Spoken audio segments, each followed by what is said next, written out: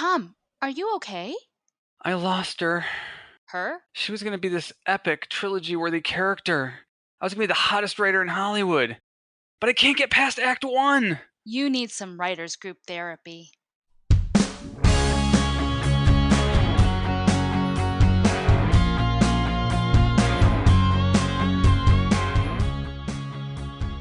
Hello and welcome to Writers Group Therapy.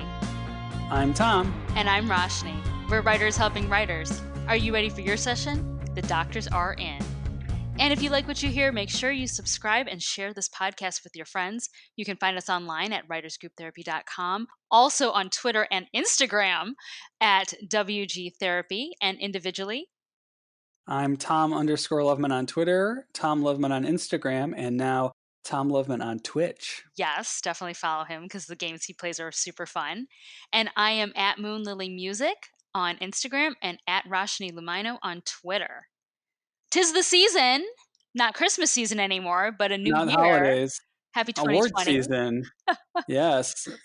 We had our first big award show recently, the Golden Globes. Some big surprises there, huh? And some shutouts. I was surprised. Some shutouts. Yeah. I was very happy for Awkwafina for her win. That was really cool. Quentin Tarantino won for best best screenplay for Once Upon a Time in Hollywood. That was pretty exciting for his take on the Sharon Tate murder. I was surprised that The Irishman did not get anything because it was so hyped up. Well, did you watch it? No. Okay, well, spoiler alert, we're going to talk about a lot of stuff this episode that's going to be spoilers, so just, if you haven't seen every movie that's out, just stop. No. The Irishman, I really enjoyed it, but it was like over 3 hours long. It took me 3 sittings to get through it. So I think maybe people were turned off by that. Really?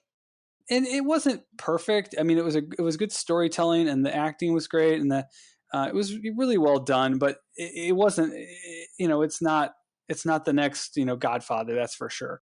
It was kind of light. I don't know. I feel like it was just all these, Goodfella guys getting to play their roles once more and have fun with it.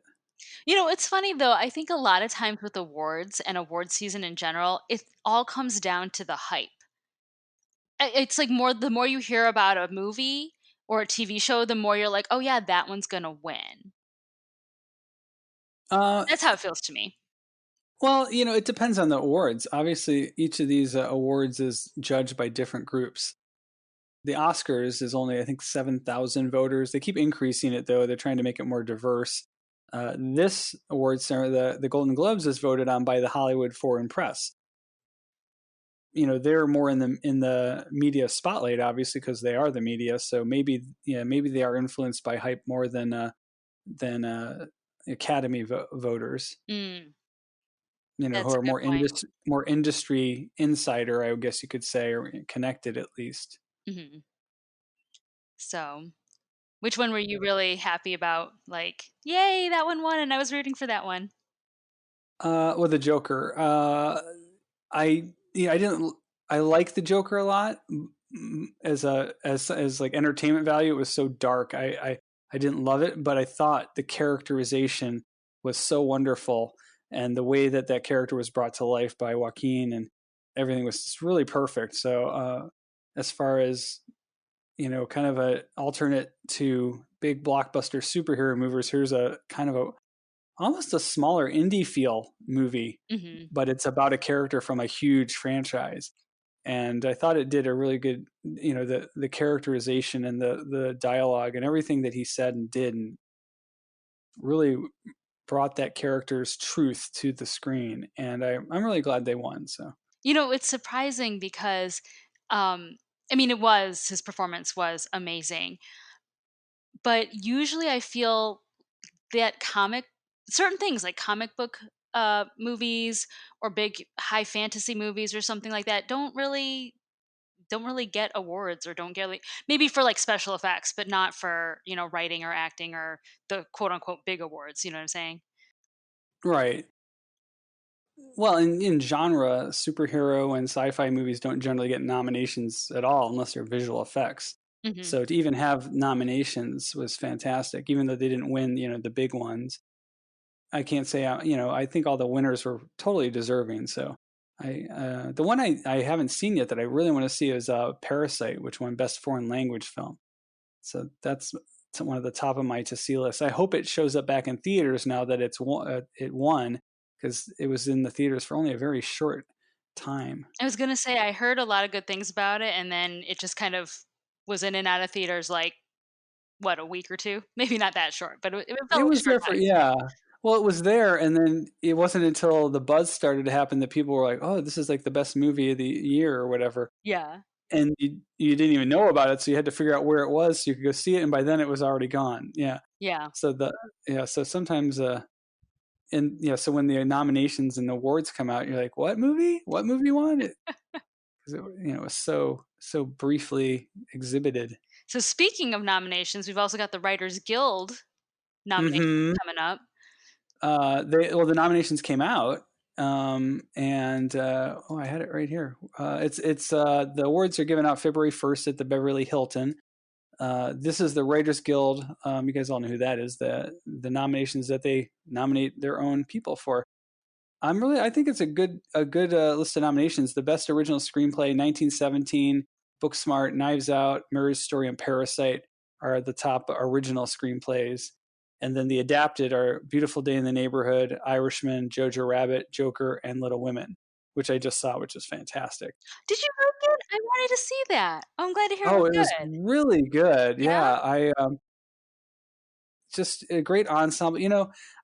We see so many movies, and we're going to talk about Star Wars here in a bit, that fail, and but they're fan service and all that kind of stuff.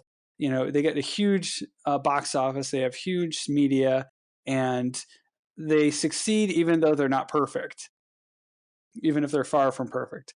But here's like a little, pretty.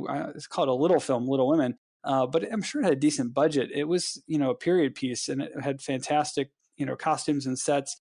It had a great, wonderful cast of young actors and actresses. And I just felt after I watched the movie that this is a story, this is a narrative that just worked on almost every level. Like there's a little bit of non-linearness to it because they go from the skip from the future to the past or the present to the future, whatever it is. Mhm. It's not sci-fi, but they're just telling the story from two different time perspectives. That was a little disjarring, but other than that, I just felt like the dialogue flowed so perfectly. The characterizations were so, each of the characters has their own really unique, you know, voice and characterization.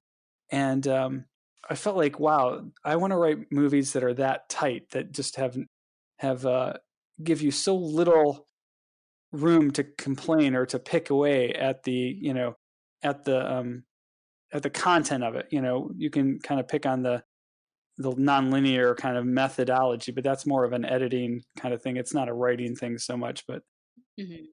because you could rearrange those scenes in different orders and it would be fine. Yeah, really one of my favorite movies. Well, I guess it was. Did I see it this year or last year?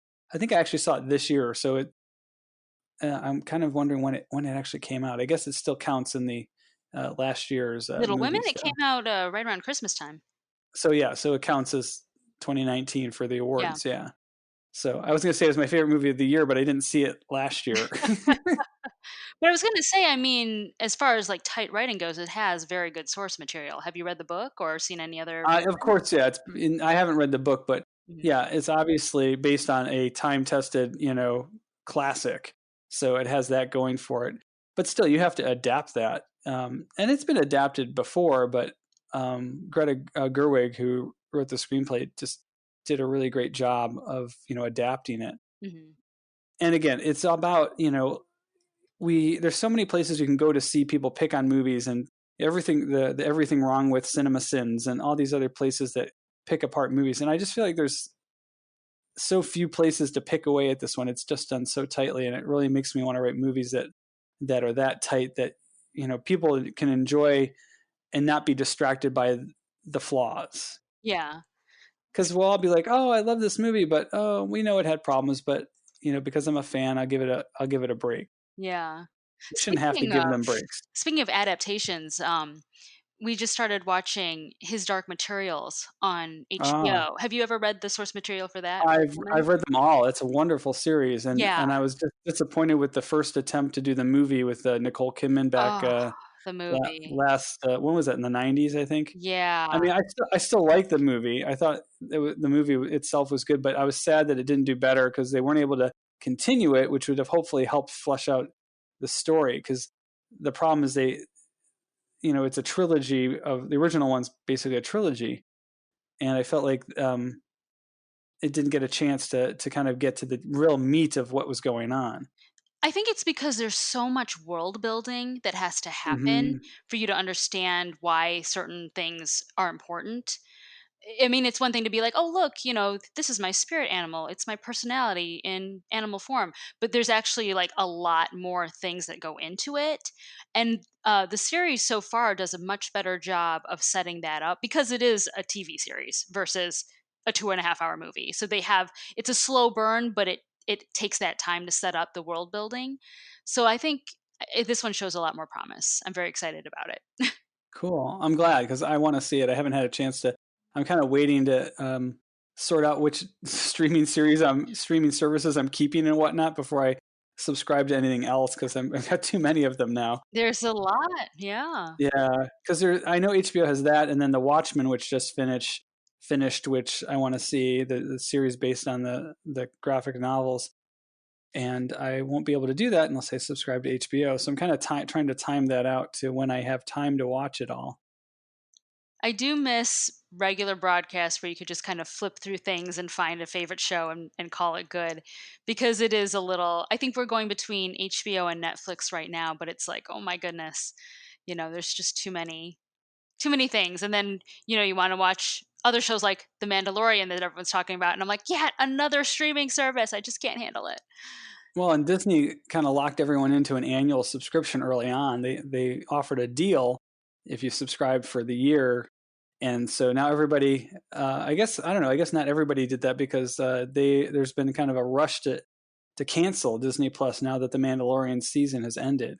So I don't know. They're not publishing any kind of numbers, but it's mostly based on anecdotal counts on social media where people are like, okay, I can cancel Disney Plus now because they feel like there's nothing else there they want to see. But I think there's still going to be there's a lot more shows coming. They announced the Obi-Wan Kenobi spinoff is coming with Ewan McGregor.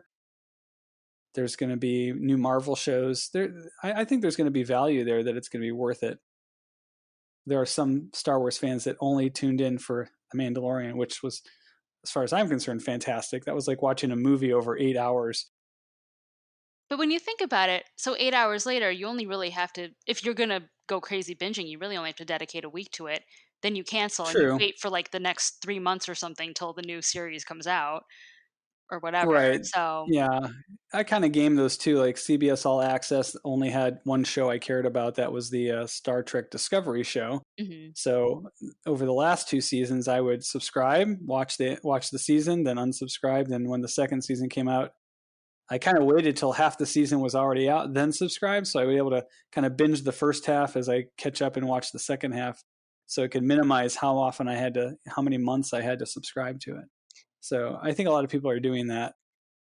The HBO has always never cared if people did that because they knew their subscriptions would skyrocket when Game of Thrones started and then would take a dive as soon as the season ended. Mhm. So they just kind of factor that into their business model, I guess. Yeah, that is actually an interesting thing because how we write has changed due to streaming because you want to write a concise season and put it out all at once versus the broadcast model where you go, week by week and might not know what you're doing from week 1 to week 15. But yeah, how we consume has probably changed it.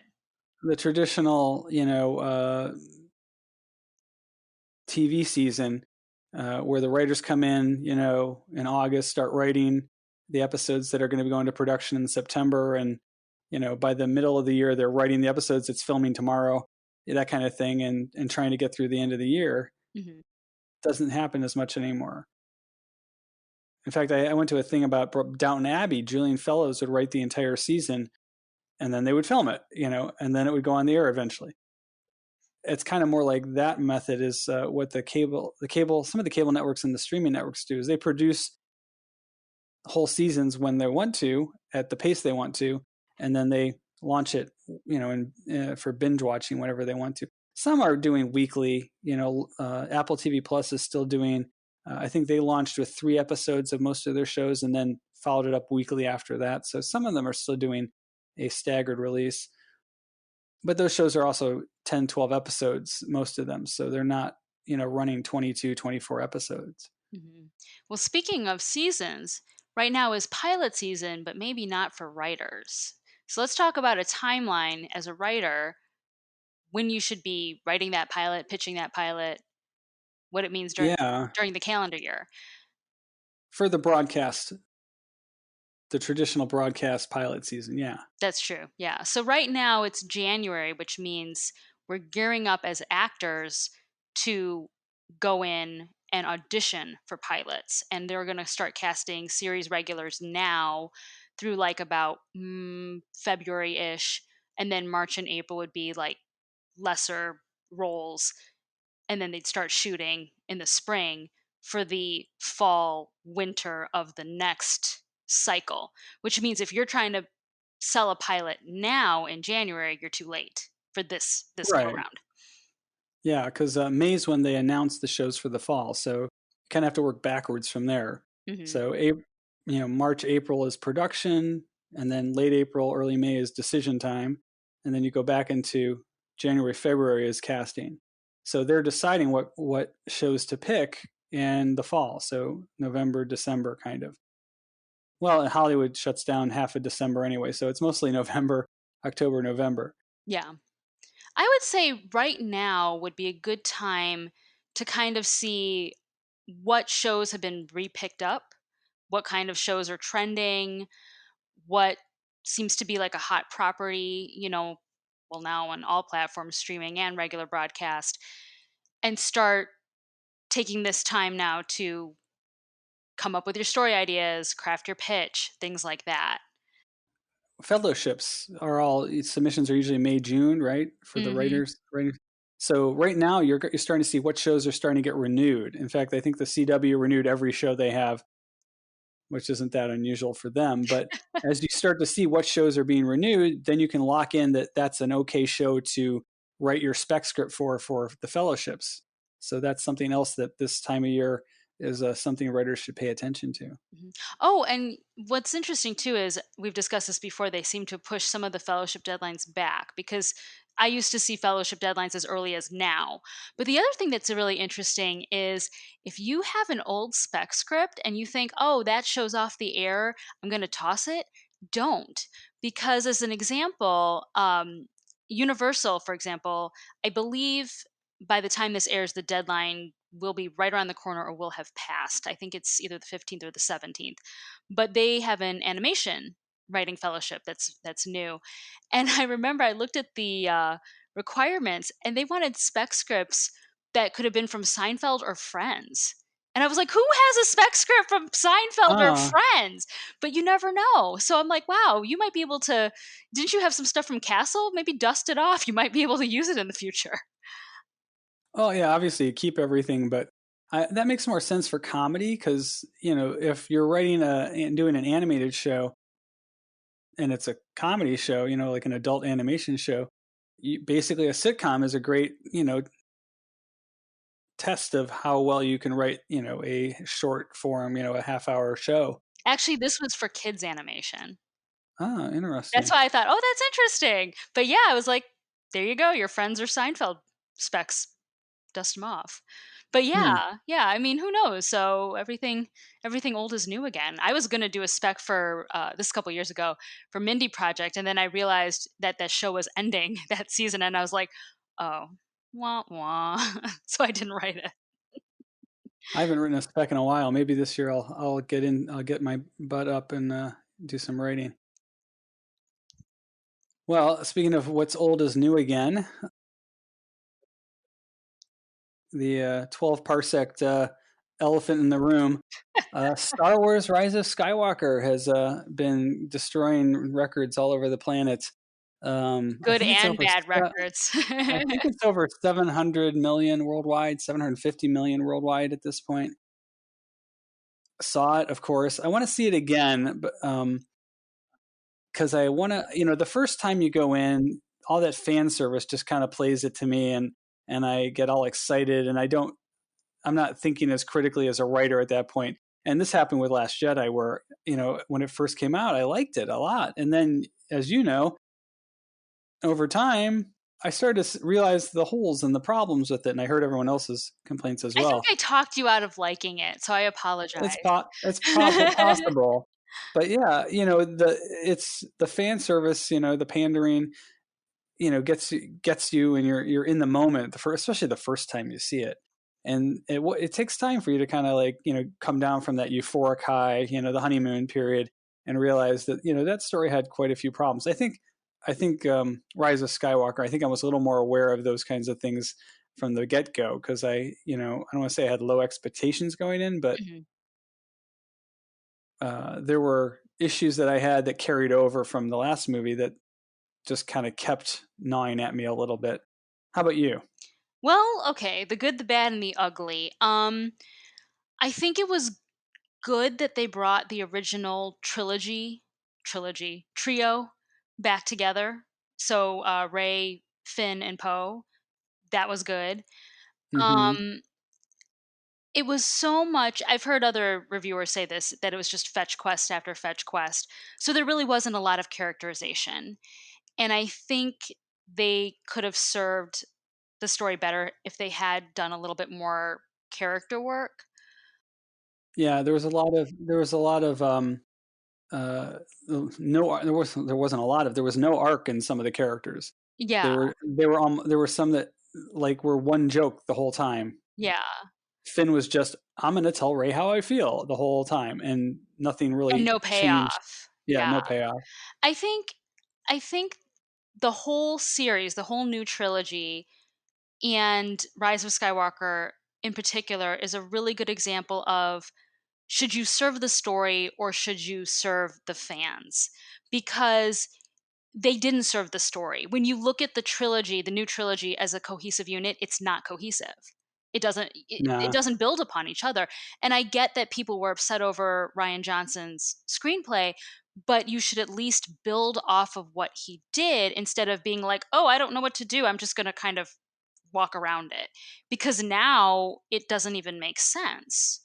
Yeah, they retconned poor Kelly Marie Tran. Oh, that was She horrible. was basically, they should just call her, technician for exposition, should have been her title. She was an under 5, yeah, and after having such a big role before, it was like, and I kind of feel that, and you and I have discussed this off podcast, the whole movie kind of felt to me like a really bad rom-com. Like, all the guys are thirsty for Ray. Everything they do is Yeah. directed towards Ray. All the girls are thirsty for Finn, except for Ray not being thirsty for Finn, which is what he wanted. But then the whole like Finn and Rose thing kind of felt like an awkward, like, oh, we had a one night stand and now I don't know how to deal with you in person. Like, that everything just felt awkward. It was just so freaking awkward. And I was like, oh my Hmm. gosh, like, in a way, if you look at it like a bad rom-com, it's kind of funny, like, oh, you guys all, that's what's happening here. Okay, and then they introduce a random love interest for Poe. Like, why not? Let's just have like random, you know, romance everywhere. It was just what? I don't know. It was really bizarre. And I think that they could have, it's like, fine, you want to bring Palpatine back, fine, you want to, have these weird explanations for who Snoke was and all that, but then flesh it out. They just It were was kind of very like, thin. yeah, they were like, Palpatine's back, and that's it. And let's move on. It was like, I was secretly behind it all. Ha ha ha ha. And the strands that tied that together were just so thin and not imaginative at all. I felt like there could have been so much more to that story. It made everything feel cheaper. Like, we went through all this because of that. Yeah. Like, the stakes were so high, but it was the same stakes as before, kind of. I mean, yeah, it really did feel like, in the end, this was just another, the last three movies were just a rehash of the the three that came before it, the episodes 4, 5, and 6. Daddy issues, good versus evil, not even twisted that much differently. Yeah, I mean, it was just, to me, I was like, I was very sad when I left. I was like, if I hadn't seen what had come before, I would have been fine with it. But because you've seen what's come before, ugh. Yeah, there was a lot of like, what happened to that? Or because they retconned so many things because I guess they saw the complaints from Rise of or the Last Jedi, and they figured, well, we'll just won't deal with that, or we'll just kind of we'll give them one or two lines just to kind of blow that away, and we won't have to worry about it anymore, and we'll just move forward. Some of it doesn't even make sense though. Like, okay, now we got to find this little, what do they call it? The Wayfinder. I kept calling it the Tesseract, but the little like Yeah, Sith yeah. Wayfinder thing. Okay, so somewhere like someone invented this thing to find Palpatine on a planet, and you created this knife that like you can only use at a certain time to look, at the wreckage of the Death Star at a certain angle. Like, how did you even know that the Death Star would land there? I don't know. I just was like, really? Well, I guess the thinking there just goes that it was there. They knew it was there, so they could make the knife. But yeah, it seems very contrived.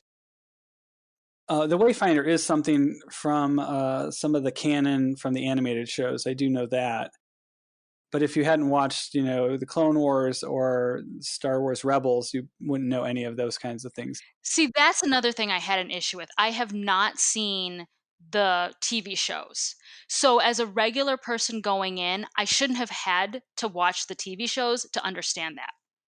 The movies should be a contained unit, Hmm. and it shouldn't rely on, these outside. Like when they brought what was it, Darth Maul into Solo, like apparently that was canon, but I shouldn't have had to Hmm. watch the TV shows to understand that ending. Yeah, he had a huge role in Star Wars Rebels. He was just, ridiculous, and in the Clone Wars show too. He was a major major character in the animated shows. So, but he pops into a couple of one episode of the prequels and a couple episodes of the prequels, and suddenly we're supposed to know all of that. Prequels, I get it because they introduce him in the prequels, movie prequels, as a bad guy. They introduce him though, so that's fine. But when they plopped him into Solo, and then everyone's like, "Oh my gosh, that cameo," and I'm like, I don't get it.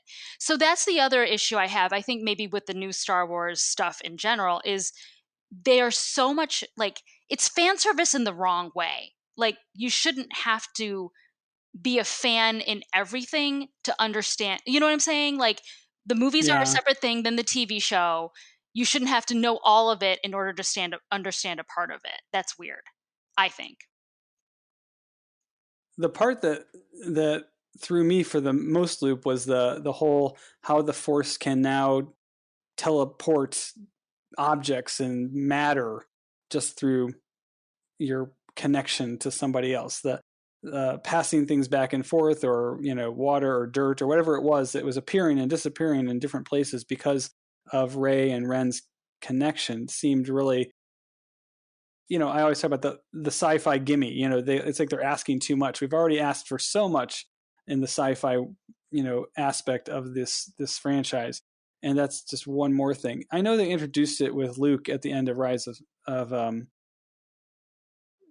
Last Jedi with him and Leia, but I felt like that was like a one little gimme. But now here it is as a major, factor in how the movie plays out, and I felt like that was a big ask.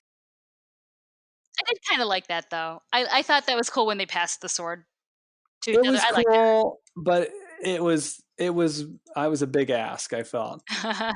Well, again, having watched, I actually just finished watching Star Wars Rebels. Literally in the last couple episodes of it, they introduced that kind of concept, Hmm. and how the Force has some sort of interdimensional connections that are more physical than just ghosts and things.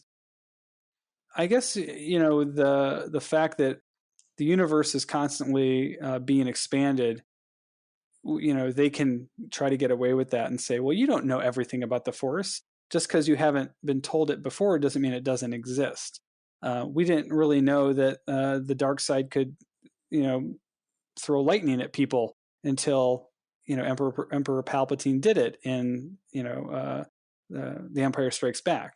So, you know, each time they introduce something, they're just showing you a new aspect of it, and you know, it's space wizardry, so they can do whatever they want, really. Mhm. That's true. That's true. But I would have liked more. I think really the biggest thing is I just didn't feel connected to the characters overall. And so I would have liked to see more of their struggles internally.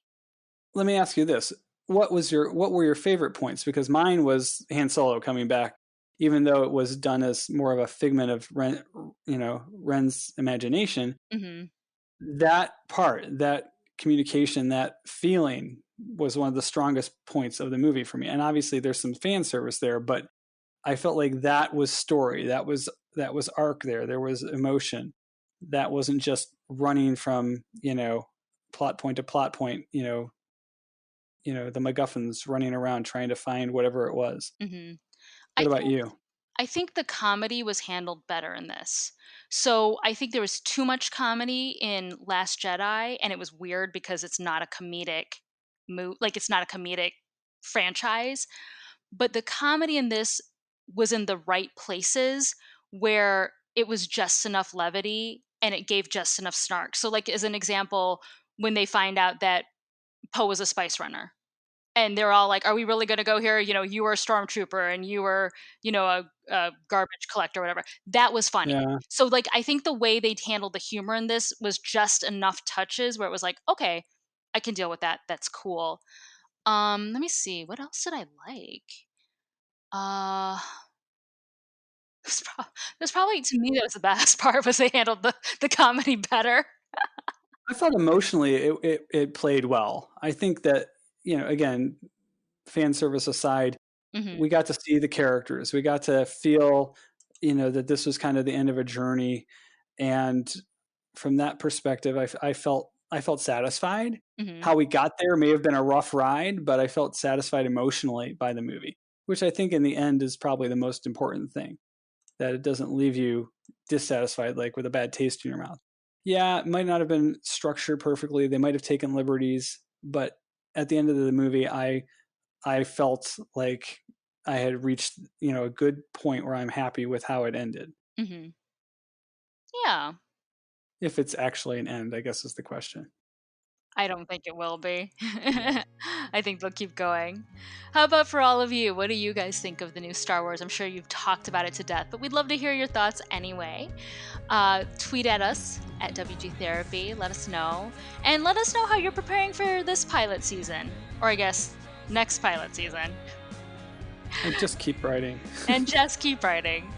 We'll see you guys soon. We'll see you next month.